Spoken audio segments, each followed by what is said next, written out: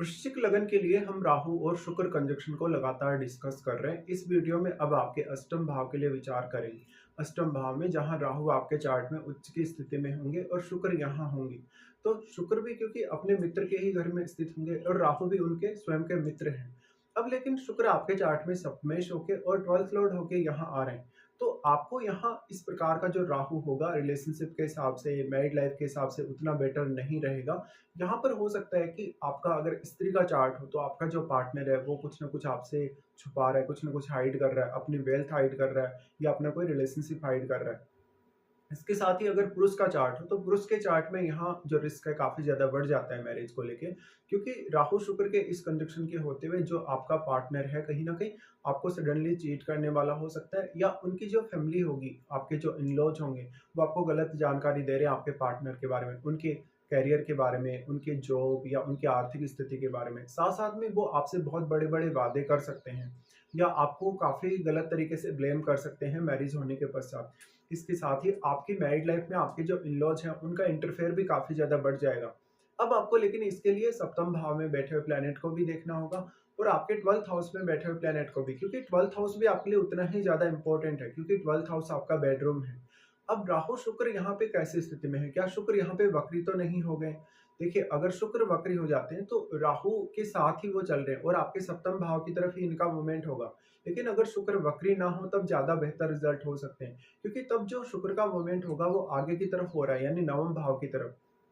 अब यहाँ पे क्योंकि शुक्र सप्तमेश है, तो जब जब भी पुरुष का चार्ट होगा, पुरुष को यहाँ बहुत ही ज्यादा अवेयर रहने की आवश्यकता पड़ेगी। ऐसे पुरुष का मैरिज होने के बाद कोई बहुत ही एक गहरा अफेयर हो सकता है, एक बहुत ही लंबा रिलेशनशिप हो सकता है। इवन ये कंजक्शन आपको कभी कभी बहुत ही ज्यादा सेक्रेट तरीके से धन या आर्थिक लाभ भी देता है। यहाँ पे लेकिन आपका मैरिज के अंदर जो पार्टनर है, कहीं ना कहीं जो पार्टनर आपकी लाइफ में आएगा वो कैरेक्टर लेस हो सकता है, या उसको आपको समझने में दिक्कत होगी, कुछ ना कुछ ऐसा वो आपसे हाइड कर रहा है, या तो आप उसको इजीली जज नहीं कर सकेंगे, या फिर यहाँ पर सेक्सुअल डिजीजेस होने के चांसेस काफी बढ़ जाते हैं। अगर मान लो यहाँ किसी फायरी प्लेनेट का प्रभाव है, तो आपका पार्टनर का जो फैमिली है उसका इंटरफेयर बहुत ज्यादा रहने के चांसेस है और पार्टनर आपका डोमिनेटिंग होने के चांसेस भी बढ़ जाते हैं। अब क्योंकि शुक्र यहाँ पे सप्तमेश होके जा रहे हैं अष्टम में, सप्तमेश होके अष्टम में जा रहे हैं, तो ये आपके लिए गुप्त विद्याओं के मामले में या गुप्त धन के मामले में फिर भी अच्छा है इंडिविजुअल तौर पे। लेकिन जब आप पार्टनरशिप की बात करते हैं, इन लॉज के साथ फैमिली रिलेशंस की बात करते हैं, पार्टनर के साथ आपकी अंडरस्टैंडिंग वगैरह की बात करते हैं, तो वहां पर आपको काफी ज्यादा चीट किया जा सकता है। तो पुरुष होने के केस में आपको ये सबसे ज़्यादा अवेयरनेस यहाँ रखनी होगी। शुक्र यहाँ पे क्योंकि 12th हाउस के लॉर्ड होके भी आ रहे हैं, तो ऐसे में कभी-कभी आप मैरिज के जस्ट बाद आप फॉरेन सेटल होने के लिए देखते हैं या फॉरेन टूर करने के लिए देखते हैं। इस स्थिति में आपको ये देखना होगा कि आप अब पार्टनर पे कितने ज़्यादा डिपेंडेंट हैं, या किसी स्त्री के चार्ट में अगर ये कंजक्शन है तो वो अपने हस्बैंड पे कितने डिपेंडेंट है। यहाँ पे अब आपको ये करना होगा कि अपना जो पार्टनर है उस पर डिपेंडेंसी कम से कम रखें। आप अगर इंडिविजुअली बहुत ज़्यादा सेल्फ डिपेंड हैं, तो आप अपनी सारी की सारी ज़िम्मेदारियाँ खुद लें, तब आप ज़्यादा बेहतर कर पाएँगे। अब देखिए, यहाँ राहु और शुक्र का कंजक्शन है, तो हमेशा चाहे पुरुष का चार्ट होगा, चाहे स्त्री का चार्ट होगा, यहाँ कुछ ना कुछ आपके अंडरस्टैंडिंग को लेके ऐसी प्रॉब्लम्स रहेंगी, जहाँ पर आपकी मैरिड लाइफ, आपकी आर्थिक स्थिति, इन सबको लेकर काफ़ी उतार-चढ़ाव देखने को मिल सकते हैं।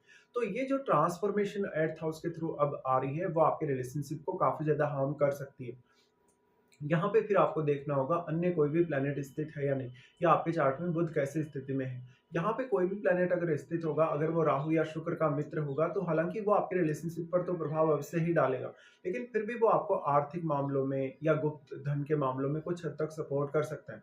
राहु शुक्र का अष्टम का कंजक्शन आपको कुछ ऐसी संभावनाएं दिखाता है जहां पर आप अपने पार्टनर के साथ रिलेशनशिप में होकर कुछ इससे अपेक्षाएं उनसे कर रहे हैं, ऐसी इच्छाएं आपकी हैं जो आप उनको नहीं बताना चाह रहे कहीं ना कहीं, या बता नहीं पा रहे, और आप बहुत कुछ यहाँ हाइड कर रहे हैं अपनी फीलिंग्स वगैरह को। और जब भी आपका पार्टनर उन रिक्वायरमेंट्स को, उन इच्छाओं को पूर्ण करने में सक्षम नहीं है, तो वहां पर आपको ये लग रहा है कि कहीं ना कहीं आप किसी दूसरे रिश्ते में, दूसरे रिलेशनशिप में बहुत ज्यादा इन्वॉल्व हो सकते हैं।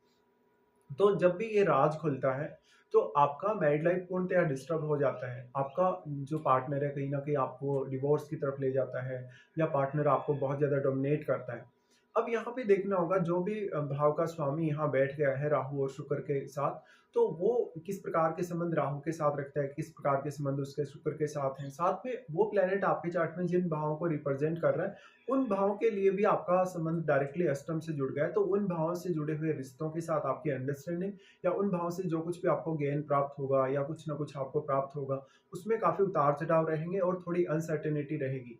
अगर हम यहाँ पे देखें, शुक्र क्योंकि 12th हाउस के लॉर्ड हैं और वो सप्तमेश भी हैं, तो आपके इन भाव में जो प्लैनेट्स बैठे हैं जैसे सप्तम में या 12th में, उन प्लैनेट्स को देखिएगा। वो प्लैनेट अगर या तो फिर शुक्र के साथ मित्रवत हो तभी आपको ज़्यादा फायदा होगा। अदरवाइज़ क्योंकि यहाँ शुक्र से रिलेटेड आपकी अपेक्षाएँ काफ़ी ज़्यादा बढ़ गई हैं, ऐसे में आप उन भावों पे ज़्यादा फ़ोकस करके देखेंगे, आपके सप्तम भाव पे और आपके 12th हाउस पे, और इन भावों से आप मैक्सिमम अपना फ़ायदा देखेंगे। तो इस वजह से भले ही आपको किसी को चीट करना पड़े या कोई आपको सामने से चीट करे, लेकिन आप अपना लिए कहीं न कहीं बहुत ज़्यादा सेल्फिश से रहेंगे।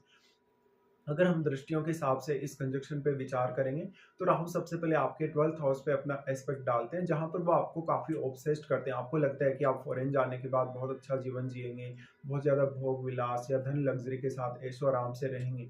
लेकिन ये सारी की सारी आपकी कल्पनाएँ हैं, ये वास्तविकता नहीं है या व्यावहारिकता नहीं है। तो आपका यहाँ पे पार्टनर का रोल अब काफ़ी ज़्यादा बढ़ जाता है और उनकी फैमिली का भी। राहु का प्रभाव हालाँकि 12th हाउस पे होने से आपको फॉरेन में बहुत ज़्यादा नेम-फेम मिल भी सकता है, लेकिन आपकी जो रिक्वायरमेंट है, आप जैसा सोच रहे हैं, बहुत ही ज़्यादा अव्यावहारिक होके, वैसा नहीं। यहाँ पे अब आपको काफ़ी प्रैक्टिकल होना पड़ेगा और आपको कोई भी गलत डिसीज़न लेने से बचना होगा। आपको मैरिज से पहले किसी से रिलेशनशिप नहीं रखना चाहिए। अगर आपका मैरिज से पहले रिलेशनशिप है, तो आपको वहाँ फिर मैरिज ही नहीं करना चाहिए कहीं न कहीं, क्योंकि जो आपका पार्टनर आएगा, उसके साथ इस तरीके के इश्यूज़ आपके क्रिएट होंगे जब अभी हमने जो डिस्कस किए हैं। राहु का प्रभाव 12th हाउस में होने से आपको फॉरेन से गेन होने की संभावना बहुत ही ज़्यादा रहेगी। फॉरेन कल्चर की तरफ भी आपके आकर्षित होने की संभावनाएँ काफ़ी ज़्यादा रहेंगी। बट अगर मान लो कोई भी फायरी प्लैनेट आपके सप्तम भाव में या तो फिर आपके 12th हाउस में अगर स्थित है, तो आपको यहाँ काफ़ी ज़्यादा प्रॉब्लम्स आने वाली हैं अपने रिलेशनशिप को लेके, फॉरेन टूर वगैरह को लेके या फॉरेन सेटलमेंट को लेके।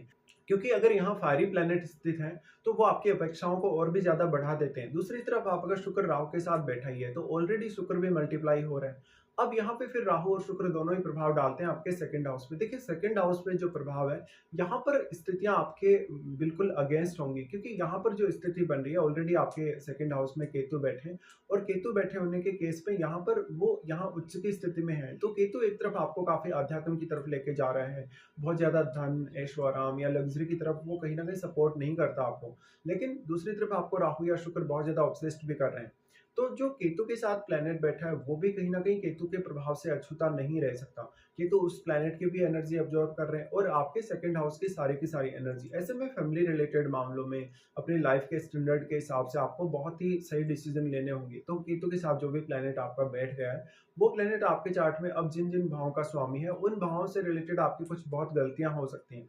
जैसे उन भावों से जुड़े हुए रिश्तों के साथ, उन भावों से अगर आपको कोई भी गेन प्राप्त होता है, कोई भी आर्थिक रूप से सहायता प्राप्त होती है, तो उन मामलों में भी। इसलिए आपका केतु के साथ जो बैठा हुआ प्लैनेट है, क्योंकि वो काफ़ी डिक्रीज़ होगा, उसकी क्वालिटीज़ काफ़ी डिक्रीज़ होंगी, तो आपको उस प्लैनेट विशेष के लिए भी बहुत ही अच्छे से विचार करना होगा और डिसीज़न भी सही से लेना होगा। यहाँ राहु हालाँकि केतु को प्रभावित कर रहे हैं, लेकिन राहु और केतु के बीच में 180 डिग्री का एंगल है, तो राहु इतना ही प्रभाव सिर्फ़ केतु पर डाल सकते हैं। लेकिन क्योंकि शुक्र राहु के साथ होते हुए काफ़ी ज़्यादा मल्टीप्लाई हुए हैं, शुक्र की क्वालिटीज़ काफ़ी मल्टीप्लाई हुई, तो अब शुक्र यहाँ बहुत ही ज़्यादा स्ट्रॉन्ग प्रभाव डालने में सक्षम है आपके यहाँ केतु पर। बट जितना भी एनर्जी केतु को मिल रहा है, सारा का सारा एनर्जी यहाँ एब्जॉर्ब हो रहा है। उसके बाद यहाँ से अगर देखा जाएगा, तो राहु का प्रभाव आपके 4th हाउस पे होगा। 4th हाउस पे राहु का प्रभाव मोस्टली आपके लिए सपोर्टिव होगा, क्योंकि यहाँ पे फिर आपके चार्ट में शनि की प्लेसमेंट अच्छी होनी चाहिए। या तो 4th हाउस में कोई ऐसा प्लैनेट हो जो यहाँ राहु का मित्र हो। हालाँकि फैमिली के साथ बहुत ज़्यादा मिसअंडरस्टैंडिंग हो सकती है, लेकिन जब धन, लग्ज़री, ऐशो-आराम की बात आती है, बहुत ज़्यादा भोग-विलास की बात आती है, तब राहु यहाँ सपोर्ट करता है आपको। और राहु किसी फॉरेन लैंड या किसी अदर सिटी, अदर स्टेट में आपको सेटल अप हो, तो ज़्यादा बेहतर रिजल्ट ला सकता है। अब 4th हाउस में बैठे हुए प्लैनेट की भी अहमियत काफ़ी ज़्यादा बढ़ जाती है आपके लिए, क्योंकि 4th हाउस में बैठा हुआ प्लैनेट भी कहीं न कहीं राहु के प्रभाव से अछूता नहीं रह सकता। उसकी क्वालिटीज़ भी कहीं न कहीं बहुत ज़्यादा इंक्रीज़ होंगी या मल्टीप्लाई होंगी। हालाँकि जो भी कंजंक्शन में राहु के साथ प्लैनेट होता है, उसी की क्वालिटी सबसे ज़्यादा मल्टीप्लाई होती है। लेकिन जब-जब भी राहु दूसरे प्लैनेट्स पे अगर दृष्टि डाल रहे हैं, तो वहाँ भी वो एम्प्लीफाई करने की कोशिश अवश्य करते हैं। इसके साथ-साथ फिर आपको लाइफ में स्टैंडर्ड या कहीं न कहीं जो भी आपका रहन-सहन का तरीका है, उसको लेके काफ़ी ज़्यादा ऑब्सेशन अब बढ़ जाएगा। तो मोस्टली इस प्रकार का जातक जो होगा, अगर अपने बर्थ प्लेस को छोड़े, अपने घर को छोड़कर कहीं दूर रहे या इवन विदेश में सेटल हो, तब वो ज़्यादा भौतिक सुख सुविधाओं का लाभ उठा सकता है, लेकिन फिर उसका मैरिज और रिलेशनशिप का रिस्क भी है एक तरफ। तो आपको इस हिसाब से विचार करना होगा। अब आपको इसमें विचार करना होगा कि राहु या शुक्र की आपको महादशा है या नहीं। अगर आपको राहु या शुक्र की महादशा होगी, तो ये सारे के सारे रिज़ल्ट्स आपको काफ़ी स्ट्रांगली देखने को मिलेंगे।